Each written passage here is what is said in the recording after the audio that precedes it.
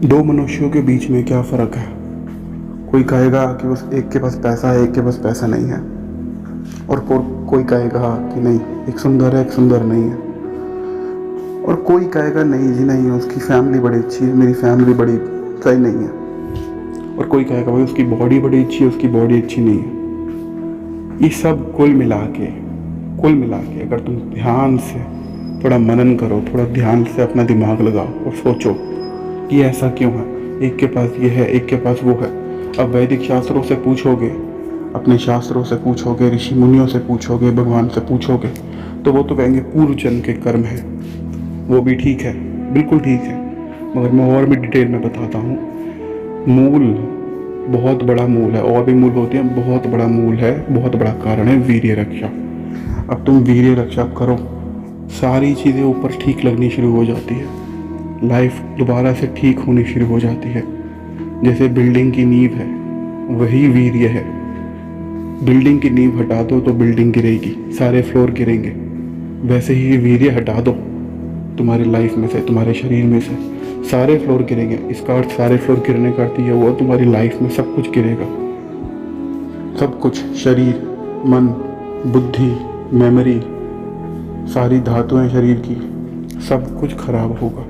तुम सफल नहीं हो पाओगे, पैसे नहीं कमा पाओगे, कुछ अच्छा कर नहीं पाओगे, कुछ अच्छा सोच नहीं पाओगे, कुछ खाओगे तो पचेगा नहीं, पचेगा तो निकलेगा नहीं, लाइन लग जाएगी, श्रृंखला हो जाएगी साइड इफेक्ट्स की। इसलिए वीर्य रक्षा बहुत बहुत अनिवार्य है।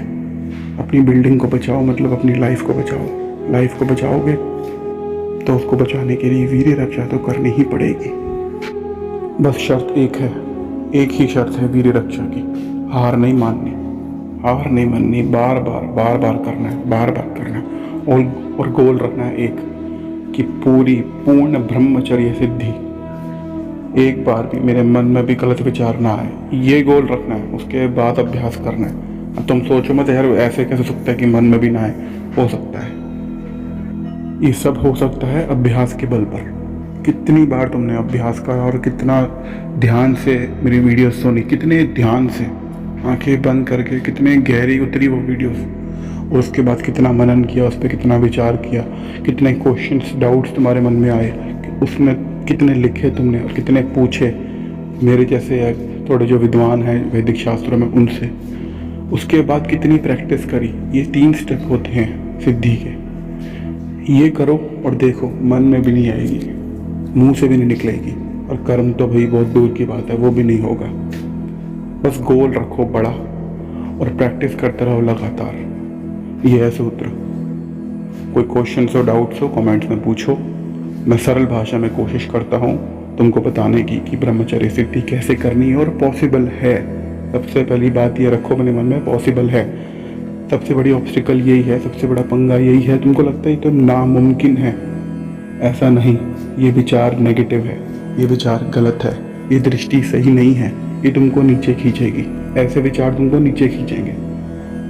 भगवान गीता में कहते हैं ऐसे विचार नहीं रखो। संशय आत्मा विनश्यति, संशय करोगे तो विनाश होगा तुम्हारा। जिनके आगे सर झुकाते हैं उनकी बात भी मानो। मिलते हैं अगली वीडियो में, तब तक के लिए जय हिंद।